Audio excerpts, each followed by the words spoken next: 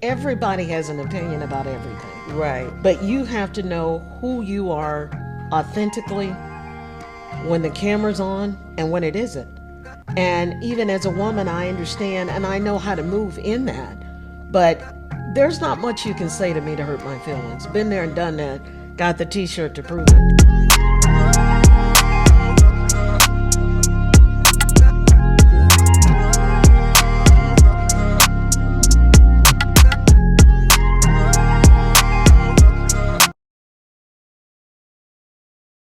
Hello, my name is J.O. Laura, and this is Mere Motivations.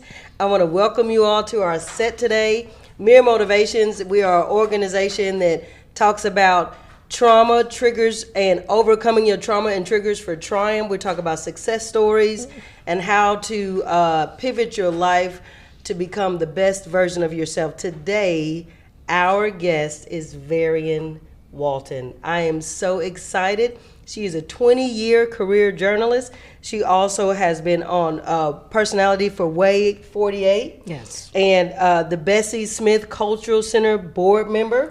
She has a documentary on Get Out Alive. She's had Emmy nominations and Edward R. Murrow Awards. Did I say that right? You said it right. I did it right. So she's a principal consultant for Walton and Associates, and like I said, television news anchor, reporter, speaker, consumer advocate, mentor, media specialist. My goodness. It's a pleasure. Absolutely, JL. And you know what? The invitation is truly my honor because it's been a minute since I've been back in the Tennessee Valley.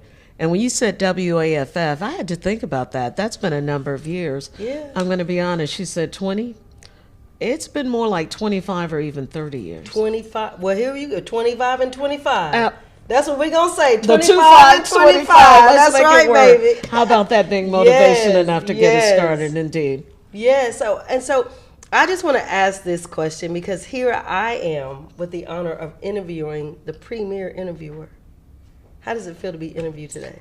It's about time. It's about time. You use the word pivot. Mm-hmm. And it's interesting, after a 25, 30-year career in the 2-5, if you're not about your business and being intentional in terms of pushing your brand,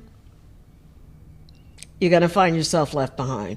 Walton and Associates, as a premier consultant for that, is something I've done for the last 20 years. But you and your crew have reminded me and reconnected me to my core. Mm-hmm. You know, we as women, we constantly take care of everyone else, but it's been rewarding to actually be a part of this inaugural week of Mere Motivations.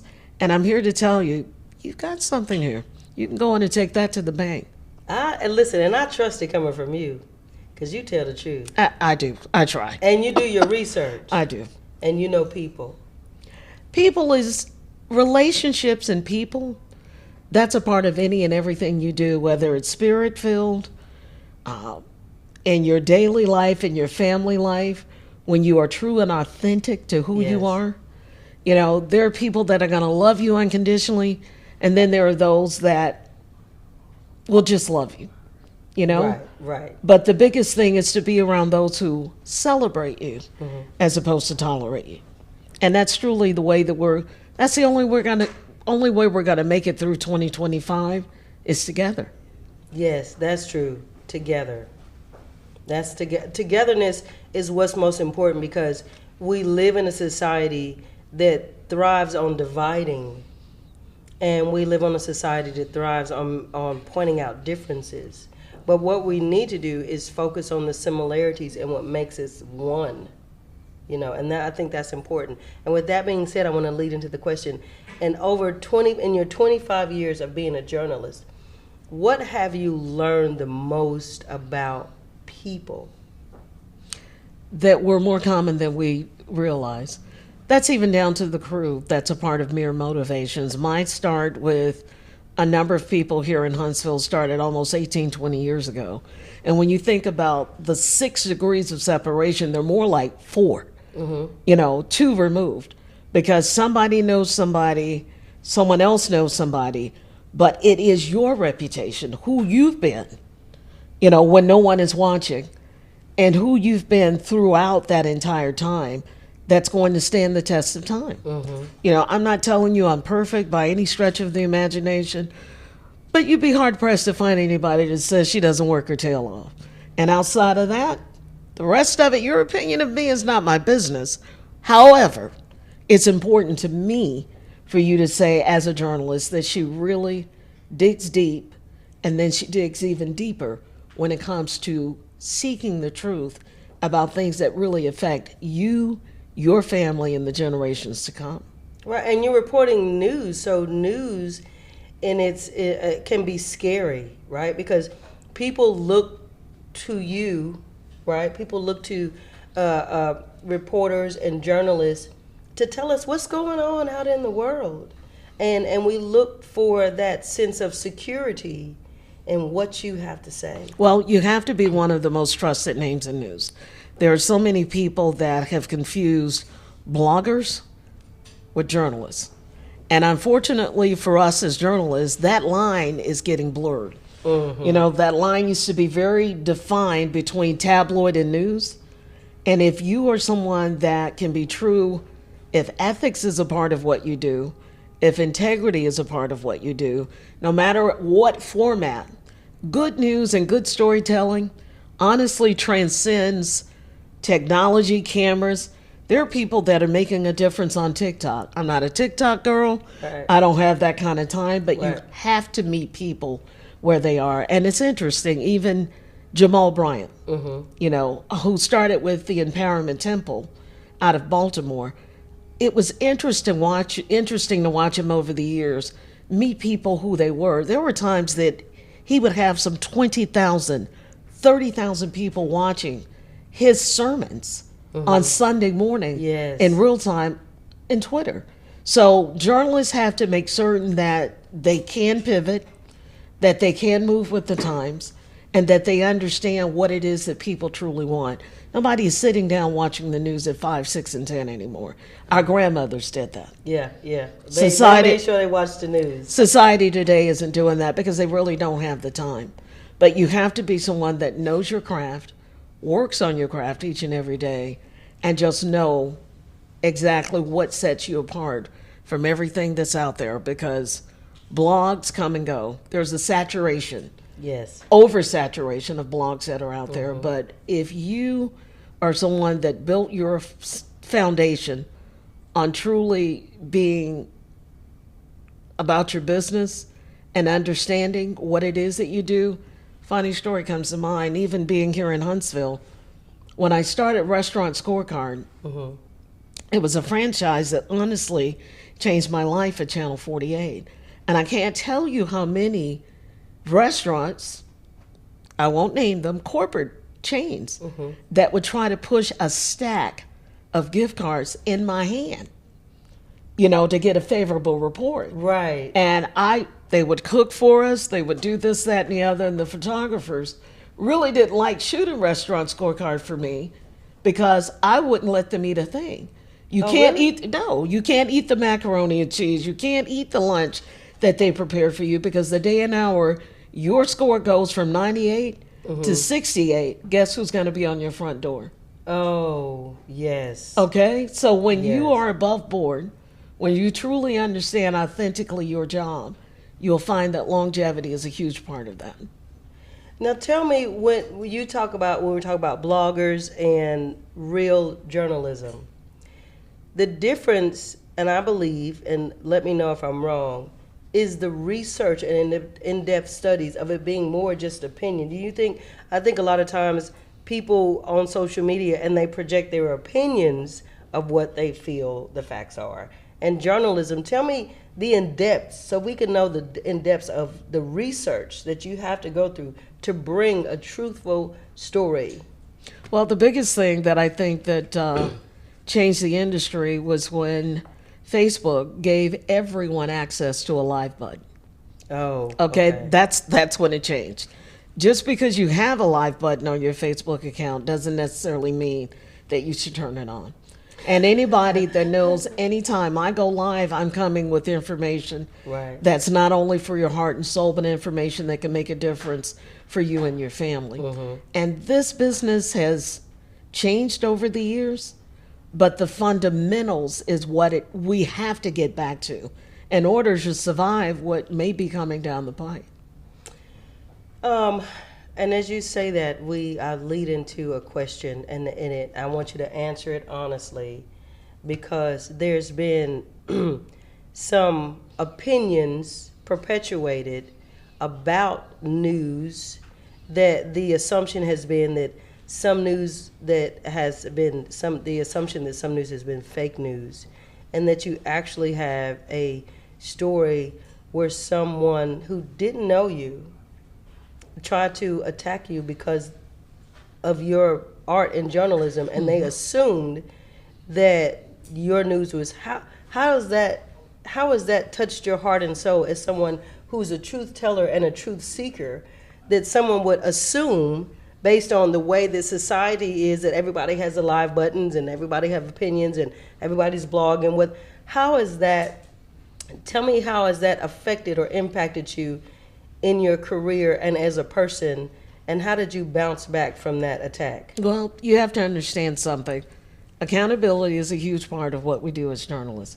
I don't think the term fake news would have ever stuck if corporate leaders had been doing their part early on. That goes back to trust. There are some people in many markets that, I'll put it this way, when the Oklahoma bombings happened, I'll never forget it. In Huntsville, you could actually watch the Birmingham stations as well. Okay. And I think the gentleman's name was Bill Couch. Bill had done the morning show in Birmingham for years. And though we woke up to images that looked like a third world country, and it almost felt like the Armageddon. Yes. When Bill got on that set at Fox 6, I, as a journalist, started to exhale, because Bill was about as comfortable for me as wearing an old pair of shoes. Okay. It's not who's bringing you the news. It's not so much of what's happening in the news, but who's bringing it to you. Right, okay. Trust has to be a part of what it is that we do. Fake news stuck because the industry got away from what it was we should have been doing from the giddy up. And that's the business of the people. You mentioned an Edward R. Murrow. I received an Edward R. Murrow out of a story I did in the city of Madison. And anytime I come back to North Alabama, I'm just very proud of the work that I did with that. We had a 9-camera setup where we deliberately set up a home, burned it down deliberately, intentionally, and showed you the dangers and how to get out alive. As a result of that 9, we've got 3 cameras on us right now, so imagine even more. Right. So every angle was covered, but as a result of that, and showing you that you can literally put sprinklers in your home for the same amount of money that you would use to carpet your home. Amazing. Changed the city of Madison, and the Madison city leaders literally adopted that. If I remember it may have been like in 2001, and they enacted that in an ordinance to where a lot of contractors put sprinklers in homes. That's a fantastic idea. It is. I mean, right? Smoke damage and water damage is different from coming home to nothing. To nothing. So the ashes. city leaders at that time saw the use in that. They saw the intention behind that and the purpose of that. And we actually changed lives, and we changed laws and local ordinances with that. Restaurant scorecard. I didn't have a concept, a clue of how we wanted to do the concept, but my boss at the time, he said, Varion, you've got to go to rookie inspection school. If you are going to go in these restaurants and talk about them, you have to truly know what it is that you're talking about. So I went to rookie inspection school twice. I went to rookie inspection school when I was in Huntsville, and I went to rookie inspection school when I was in Mobile.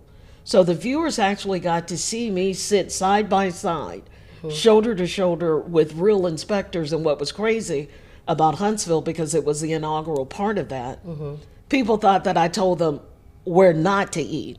No, I didn't tell them where to eat and where not to eat. I showed them how to determine who really deserves their repeat business. Because here's a fact that's never changed. since the year of 2005. 3,000 people die every day from something they ordered off the menu. Wow. And their only crime was ordering lunch. Food poisoning is real. And especially with the food, because I'm a foodie. I love to cook. I love to go to restaurants. I love to taste food. And the ingredients nowadays, it used to be, back in our great-grandmother days, those red peppers, they came out the garden. Those cabbage, they came out. You knew the food was real food. You knew the meat was real meat. You knew the seasonings were real. And now it's so many food colorings and preservatives and assumptions of what is... Hormones. Can you say hormones? Hormones. Farm to table is something that we've got to get back to. Obesity is a huge part, and it's an epidemic in this country. But it goes back to what it is that we're feeding our children, what it is that we're feeding our families. Our children are affected by that, even with their school-age children, are not doing as well in school because of what we're feeding them. And the mass, because the hormones come into play, from what I understand, is that because it's the mass production that we're not just growing chickens. We're almost like growing chickens. Now it used to be like you have chickens and you sell them to the grocery stores and everything, but now it's mass productions. So put them in the hormones in the chickens, put the hormones in the cows, put the hormones in the pigs, make them bigger so you can get more money off of a chicken, faster. Right. And that stuff is still in the pores of the food, and by the time it gets from the farm and then in the truck and then in the grocery store and everything, it's been injected with so much, and when you put it on the table, it's... You've got to inform people. You have to give them the information they need. And that's the thing that my industry has to get back to. But then another downside to that, if everyone and anybody shouldn't have access to a live button on Facebook, you also have to know your craft. You have to think about where this industry is going. They're hiring younger, prettier, but do they really know their craft? And the believability factor is the thing. Again, I say to you, there's a difference between bloggers and journalists. Yeah. You either know your craft or you don't. Because you have a reputation for integrity. You know that when you see Varion Walton, she's someone who's not just bringing you news, she's bringing you the investigation of something that she studied. She was there. She saw it. She studied it. She's bringing you truth. You were just in New Orleans. I was. And Tell us about that. I was there for my best friend's birthday, and unbeknownst to me, and that's the thing, if it happened in New Orleans, it could happen anywhere. Bourbon Street is taking a hit by that, by not having barriers, but it lets us know that we are all vulnerable again to domestic terrorism. I just told you about the bombing in Oklahoma. Yes. Waking up to images that are third world, it looked like it was a third world country, but we're having more and more of that. But you as a person and protecting your family, you have to be aware of your surroundings. You do. And that's the world that we live in today. It's unfortunate that it happened, but what I will take a second to talk about, and this is something I know for sure, the people of New Orleans have the resilience to overcome this. Yes. They've overcome things with Katrina. They've overcome things with Harvey. It's been one disaster after another, and I'm going to tell you the truth. Many of my friends in New Orleans, they're kind of tired of the resilience. They're ready for a break. Yes. But New Orleans is going to shine in the midst of its sorrow. And it's not to be disrespectful, but if you've ever met anybody like a Gina Brown or a Big Frida or anybody that is a native of New Orleans, even when they were displaced in Houston and Atlanta during Katrina, people were like, you want to go back home to what? There's nothing there. And they were like, you don't understand. New Orleans is my home. And New Orleans is a part of my culture. New Orleans is a part of my DNA. And when you think about a city like New Orleans, Louisiana, there's no other city in the world like New Orleans. Oh, no, it's very unique. Very unique. It has its own people, its own culture, its own language. So food, flavor, Absolutely. flair. So who wouldn't want to migrate back to that? Right. But New Orleans will rise again. But we just have to be conscientious of keeping each other safe. It's a slogan for some, but it's a way of life. If you see something, say something. And you have a moral obligation. Firefighters can't be everywhere all the time. Policemen can't be everywhere all the time. That's why I taught you how to police yourself when it came to restaurant scorecard. Yes. I literally helped you to understand and determine not only who deserves your repeat business when you go in a restaurant, but you had to learn how to read that health score. Do you realize that you can have a score of 90 and there is something on the right side of that inspection sheet that could really make you sick or gross you out, including roaches? Lord, no. So Because it when was- you see 90, you be thinking, No, ma'am. okay, I'm pulling up. No, ma'am. That's good. No, ma'am. No, ma'am. We No, got to ma'am, read that Cam. other side of the card. Absolutely. I mean. And I will say this, the Tennessee Valley was the very first region that worked with the station, Channel 48 and me, and actually putting health inspections in the drive-up. The state of Alabama yeah. doesn't require it. You deserve to know, even on the go, what the health rating is. Yes. And if there is a history of foodborne illness from wherever it is that you're eating. So we give you the information that you need just to truly protect yourself. And that's important. I want you to tell me a little bit about Walton and Associates. Walton and Associates was an aha moment for me. Ironically, when I left the Tennessee Valley in 2005, you always have to know the why. You always have to know the why, Jerry. I knew that I could have done New York. I could have done Atlanta. Actually, I was shopping a deal in New Orleans at the time, and Katrina had just happened. And again, there were television stations that were displaced. I had a news director said, you deserve everything you're asking for in terms of salary, but good luck in a place to live. My why at the time was I needed to get home. My grandfather was in hospice care at the time.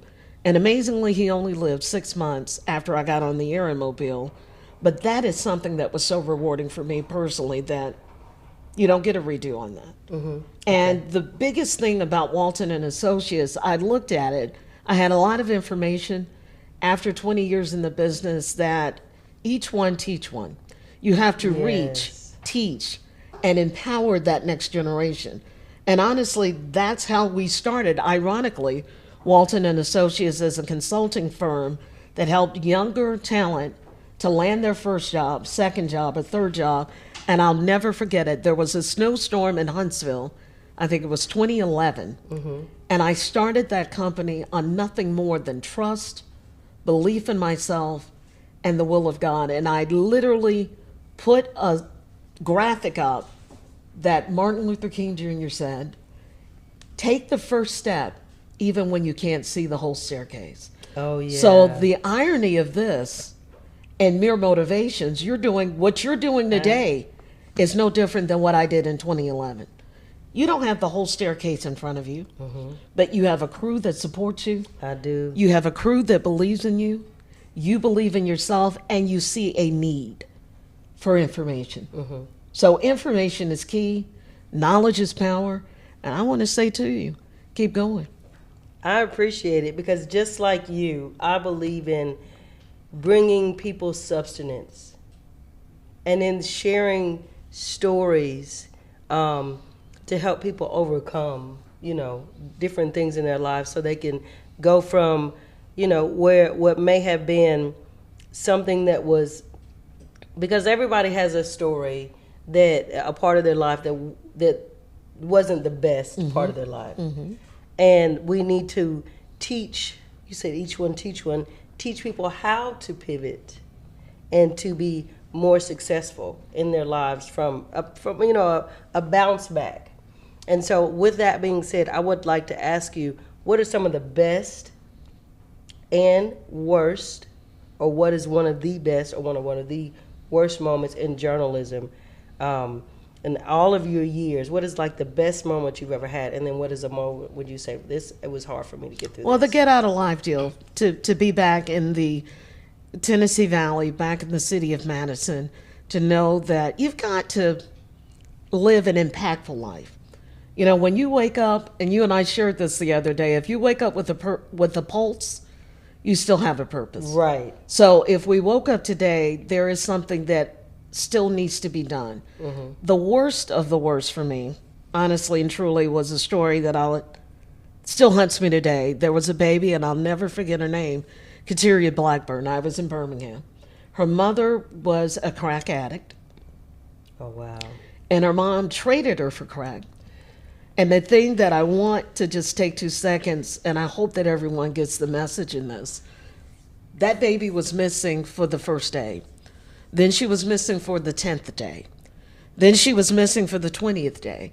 And I was so exhausted because they had signed that story to me. By the 21st day, I literally held up a picture that wasn't even a 3x4. And I said, folks, this is the only photo of Kateria Blackburn that I can show you. What is sad is to know this baby was conceived in crack. She died of crack, and crack is still affecting her life because only her father, not her mom, not her extended family, had a photo to even help the police know what she looked like. And that broke my heart when I had shots of my nieces and nephews from the moment they were 3 minutes Right. out of the womb. And you have to understand it takes a village. That's not just a cliche. You have to know that every new life has the right to have an awesome start. My life was tremendous. It was absolutely tremendous. I had a mom and dad that made a difference for me and my siblings. So I would want things to be stupendous for that next generation, Walton. We have a hashtag in my family where we talk about Walton Strong. You know, my nieces and nephews were raised and educated in Europe. And that European education really made a big difference for them. You know, they're graduating as lawyers. I've got an actress, an inspiring actress, you know, that's getting ready to go to school in the New England part of the country, coming back to the States. You have to wake up every day and just start with what's right there at your front door. Right. You know? And just know that you can make a difference if you try. And just keep the inspiration that's within you, share it with someone else. So with a lot of the negative stories, what was a story that you were like, yes, because I had a great outcome, like a story that had the best positive outcome that you can remember in all your years of journalism? I don't know if it was the best, but it's the one that comes to mind. I was working with NBC News, and I do a lot of freelance with NBC. I had the privilege of watching John Lewis on the Edmund Pettus Bridge for the last year of his life. And it was interesting that I was a freelance producer. There wasn't a correspondent there. And we had just gotten a drop. And she looked at me. She was like, I can't believe you're going there. You know, sister to sister. Vice President Kamala Harris at the time was on that Edmund Pettus Bridge. And I had John Singleton in the center.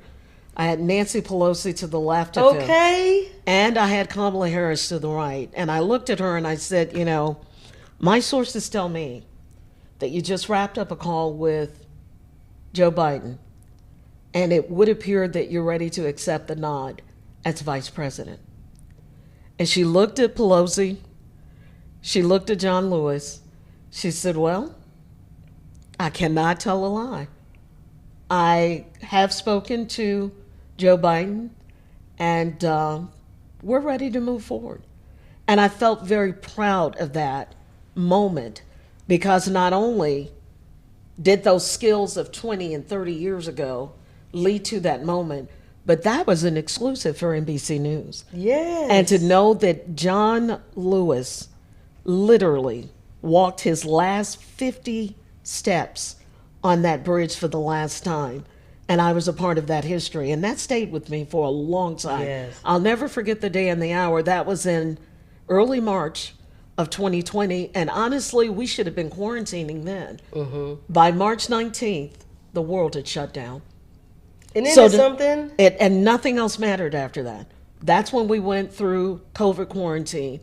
But I still remember that moment. And for a long time, I had that video clip of her confirming that she was going to accept the nod as vice president, changing the course of history in America, our history, forever. Our history forever. Yes, this brings me to my another question. It says, with nearly 2 decades of experience in the newsroom, how have you seen the role of women and minorities evolving media in the industry? It hasn't changed enough, and I'm going to be frank about that. Where Okay. I'm not comfortable discussing politics, my politics. I've never discussed my politics. My politics doesn't matter as a journalist. But what I am going to be very adamant about is not much has changed. When I started in this business 20-something years ago, the number of minority managers was only 2%. Today, in 25, it's roughly 3%. You have to walk in a newsroom or walk in a building. I don't care if you're a financial advisor, if you're a nurse. Do you know that the thing that a friend said to me that I never thought about? Healthcare never included us. She said, Varion, I'm going to give you a challenge. She said, I want you to go through a doctor's manual, and I want you to find a sketch, a drawing, something that shows a black patient, or just better yet, a black fetus. And I looked and I went and I looked and I didn't find it because it didn't exist. So you have to do whatever it is you do every day, embracing diversity, Yes. seeing things through a different lens. Everyone has something that they can contribute. My experience is not going to be your experience. Right. You know, I didn't grow up in the ghetto. I didn't, but that doesn't mean that I can't identify with hard times, So that is the biggest thing, is embracing diversity. And you said it earlier. We have more in common than most of us realize. But if you are willing to at least have a dialogue, start a dialogue to understanding better, you'll find that a lot of things that we go through as conflicts would really not even exist. What advice would you give someone who is seeking a career as a journalist? Know your craft. How would they go about, like, what steps in knowing their craft? Writing. Because Writing. You got to write. You got to write, and rewrite. If you don't know your craft, and a good this business is full of mediocre writers, from the network to the small stations that are local. But if you are a good writer, you can transcend having a camera. You can transcend TikTok. You can transcend a studio. Simply give the people the information that they need to help them make informed decisions. I have shot entire reports on my iPhone with just me. Yeah. I was in Just Paris. you. I was in Paris when the fire at Notre Dame started. And though I was still with NBC, I got the party started until they could get a crew from London. That's another proud moment for me. Yeah. Truly. Taking the initiative to just be ready.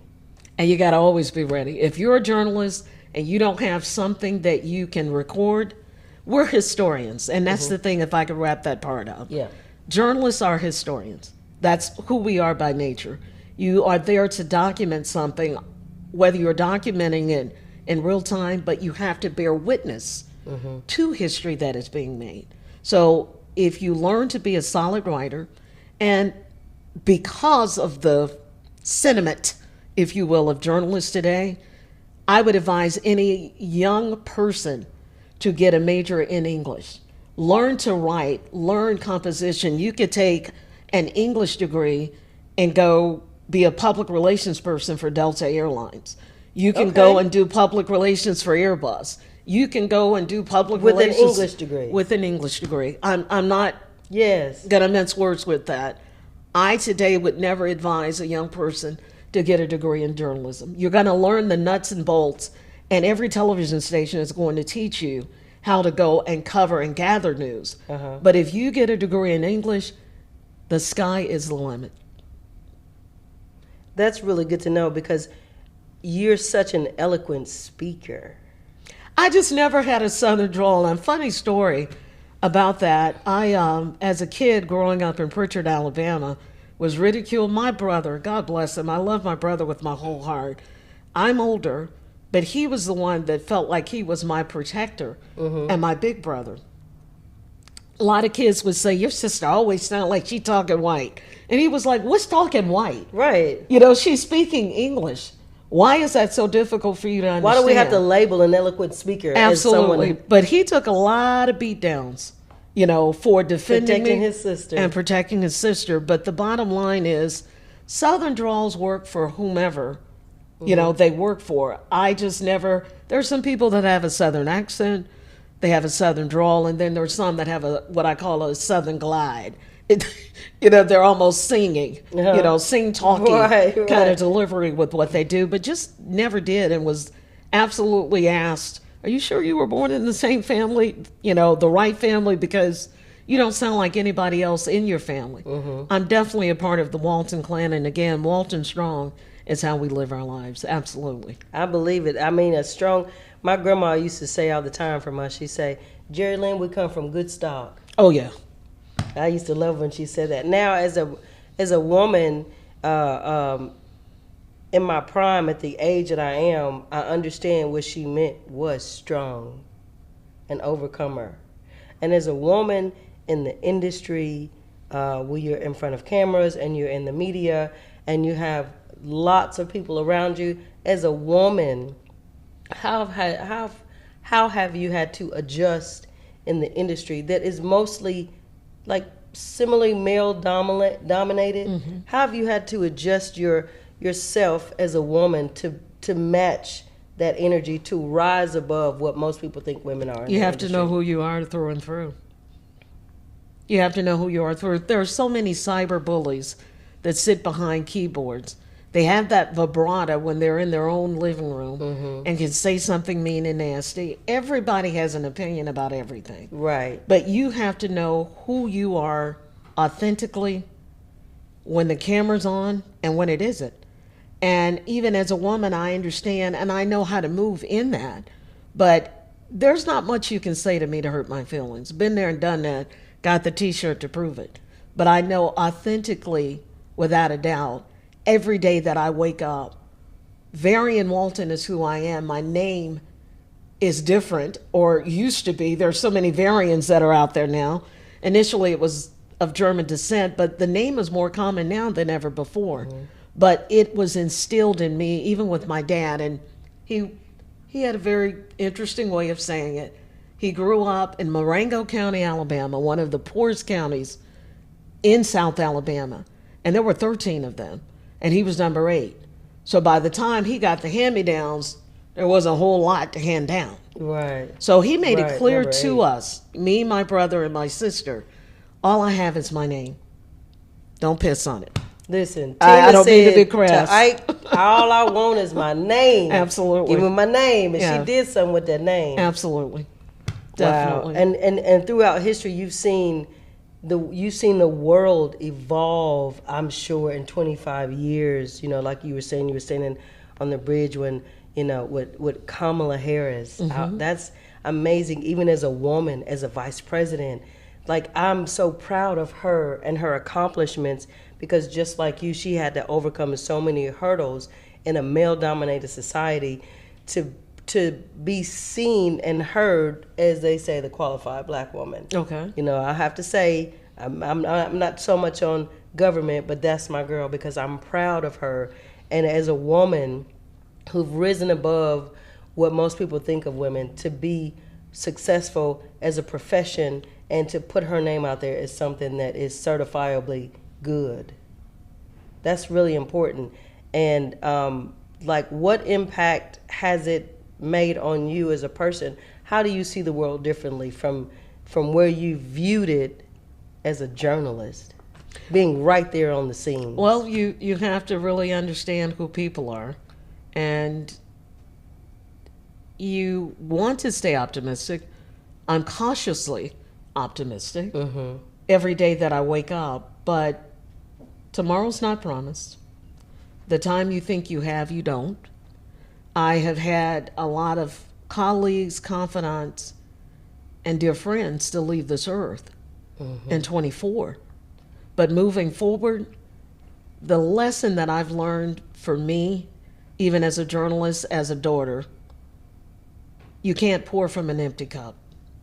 True. You have to learn how to take care of you before you can take care of anyone else. Even in a burning plane, the flight attendant will tell you to put the apparatus on yourself first and then help the person sitting next to you. So we as women have got to learn how to get back to caring for our noodle.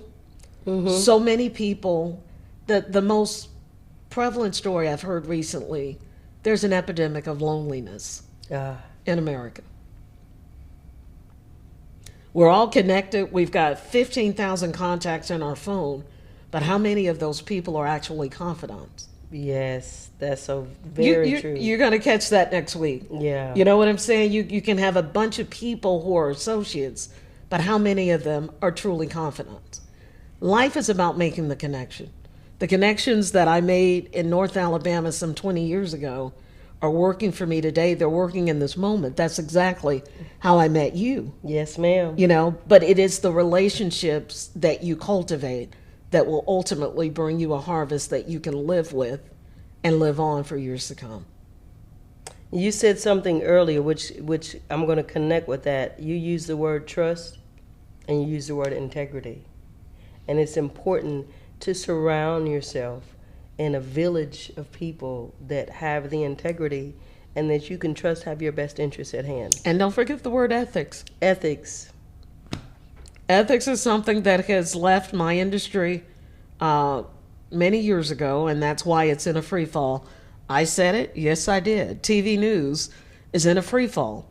And what you have to find as a person, as a viewer, what it is that you need in terms of information that's going to shore up your family, help your family to survive what's coming down the pike, and to honestly deal with the unknown.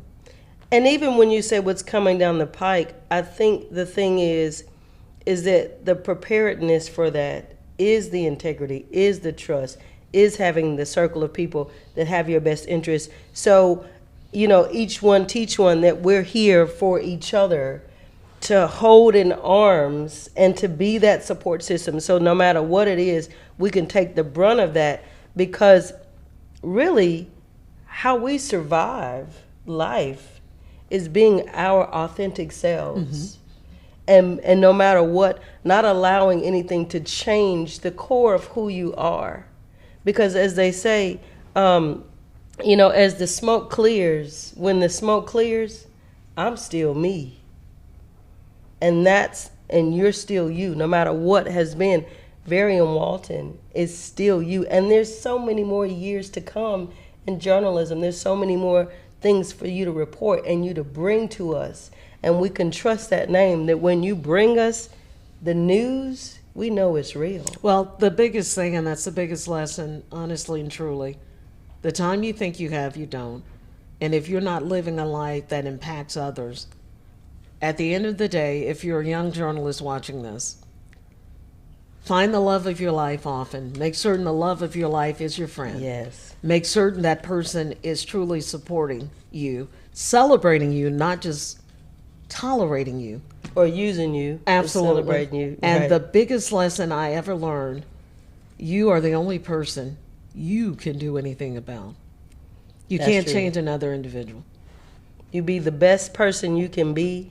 And when each person is their best self, then we can be better together, right? Because I can't change you and you can't change me. But if you work on you and I work on me together, we a hit team. And we're stronger together. We're stronger together. And that's evident right here with Mere Motivations. Oh, well, thank you. I Absolutely. appreciate that. I want to ask you if you could describe yourself, and I know you have a big vocabulary, so if you can describe Sometimes. yourself in one word, what would it be and why? Resilient. Resilient. Resilient. I have been knocked down. I have had some disappointments. But at the end of the day, I have always believed in Jeremiah 29, not to get, I'm a spiritual person. Come I'm on not a now. That's all religious right. You person. can bring it. You can Yeah. bring it. But even when I was nothing more than a glimmer in my daddy's eyes, God already knew the plans he had for me. I had to just walk in it Come on, of good and not of evil. and trust him and Yes. believe that he had me at every turn. There have been some things that literally, I had something happen that was so horrible, and I won't go into that. I was rendered mute. It was a blessing to some, but I didn't talk for 2 weeks because I was in shock by what had happened in my family. But it helped me to grow It helped me to understand what matters, and it helped me to honor my mom and dad. I'm so fortunate for Carolyn Walton and Jim Walton. My dad calls my mom Tootsie. That's been his. I love that. That's been his nickname for her. And occasionally, I call her Thelma. We're Thelma and Louise. Okay. On many occasions, but they are indeed. I don't have a child. I can't say that either, Jerry. I have 33 children I never gave birth to through Walton and Associates. Come on now, because Okay. a spiritual mom is a mom too. Absolutely. Yes. But my two children today are Jim and Carolyn Walton because I want to care for those who once took care of me. That's honor. That's honor. That is honor right there. I love that.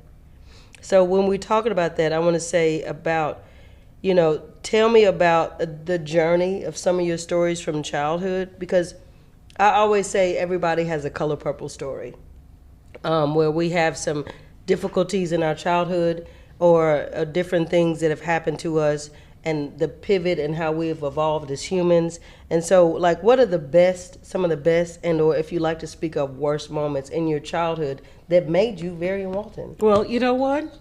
I had an awesome childhood. That's great. I did. I'm not going to lie about that. I'm a product of teen parents. I'm the reason they came together. I'm not the reason they stayed together. My father was always present in my life. He was always my role model, my idol. I never had to look beyond my front door to understand That's amazing. who I was connected to. And my dad made a difference simply with his presence. I grew up with girls who didn't know their dads. And I was a debutante. I was presented to society at 19 years old. And I didn't understand why half of my debs, went crazy with their fathers visiting and taking them shopping and getting them ready for the cotillion. And I was like, you can do that anytime your dad's around. And Yeah. at 19, because my father was in my life and so prevalent in my life my whole life, I didn't understand that's not the experience for everybody. Yes. So actually being around other women, other girls who had different experiences, helped me to honor, protect, and acknowledge my parents to the utmost. Because my childhood was damn near perfect. I'm just gonna That's call a thing amazing. a Yeah, thing. and that's a great testament too, because it goes to show that there are some really great parents out here. Absolutely. Right, there are some really great parents out here, and that supported you. How did they support you in your journey to be a journalist, knowing that, oh my God, my baby's gonna be everywhere, and it's not gonna be safe, and there's gonna be crime? Like, how did they support you in that? Funny story, and this just instantly popped in my head. I was a violinist in high school. I love Got to first chair, but you have to understand the migration of that. When I started out, I was horrible. My dad actually built a dollhouse. He said, baby, I want you to embrace the violin, but I need you to understand you're not there quite yet. Okay. So I want you to Sound practice. I want you to go practice in the dollhouse until you get to that point. love it. And I did. He didn't hurt my feelings about it. But he built you a dollhouse. That was his way of supporting me with that. And I'll never forget being a senior in college, and we had to do dance interpretation. And I was a journalism major. And my mom saw me dancing outside on their patio. And she said, baby, I'm going to just tell you the truth. I want you to stick to the journalism thing because the dancing is just not going to be your thing. Okay. So it was something that I accepted from them. Truth and love. Truth and love. And they were truthful about it. And it didn't hurt my feelings. It just helped me to understand where my focus and my strength should be. You were talking about being mute for a moment in your childhood, and I rendered mute for a moment. It reminds me of Maya Angelou. She was that way for a while. She had something horrific happen in her childhood, and she was mute for a while. She was shocked, and it was silence. And in that silence, something beautiful came out of it, which was her teacher who taught her poetry, and they gave her books and to read. And from that, when she started to speak again as a poet, because somebody, ushered that out of her silence. What was ushered out of your silence in that moment? Understanding that family is everything, to always be aware of your surroundings, and just know that you got to stay prayed up. Much like New Orleans is dealing with the Bourbon Street tragedy, there were people who thought they were ringing in the new year and celebrating. It wasn't that they were doing anything wrong. You just never know. So out of being silent came a stronger individual who understands being grounded. And family grounds me. And how old were you then when that happened? I was 17. Okay, so you were mature, and then that was a good moment because here you are about to now go into the world. So you had that moment of grounding before you went into the world. Absolutely, because life isn't all about rainbows and butterflies. There are some people, the most that you can do with your children is to teach them what it is that you value, but also help them to understand that the world is going to be the best teacher for them in terms of judging them, having certain ideas about them, and not really ever even knowing.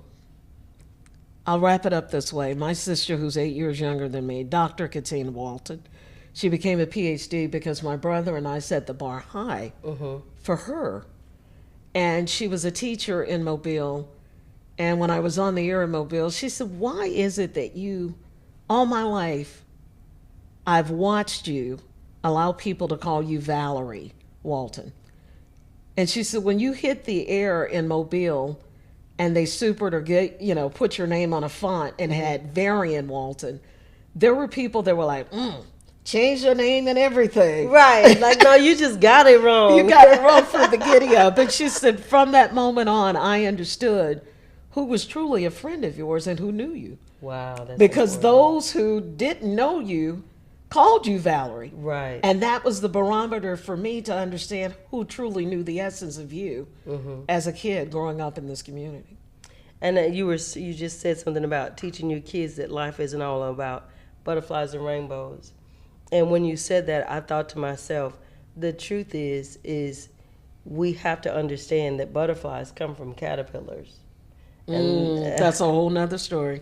Butterflies come from caterpillars, and they crawl on the ground.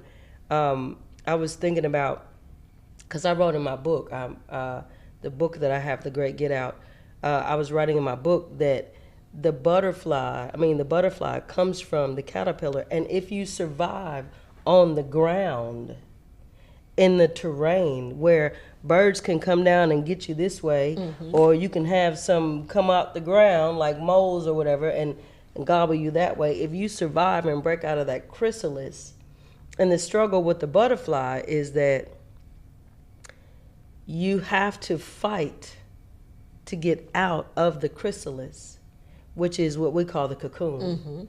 You have to fight, and you can't help the butterfly out the cocoon, or their wings won't be strong enough to fly. So the beauty comes from the type of hardship that you go through, and the pressure. And the pressure. Right, because you got to put pressure on it. And then even rainbows come after some of the most horrific storms.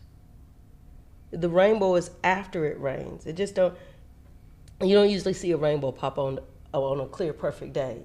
When we show rainbows, when we paint them in portraits, we show rainbows that, you got the sun, you got the grass, and you got this, and then you show a rainbow. But the truth is, the most beautiful things come from some of the worst hardships. And the best thing about that rainbow is, thank God, that the rain ultimately stops.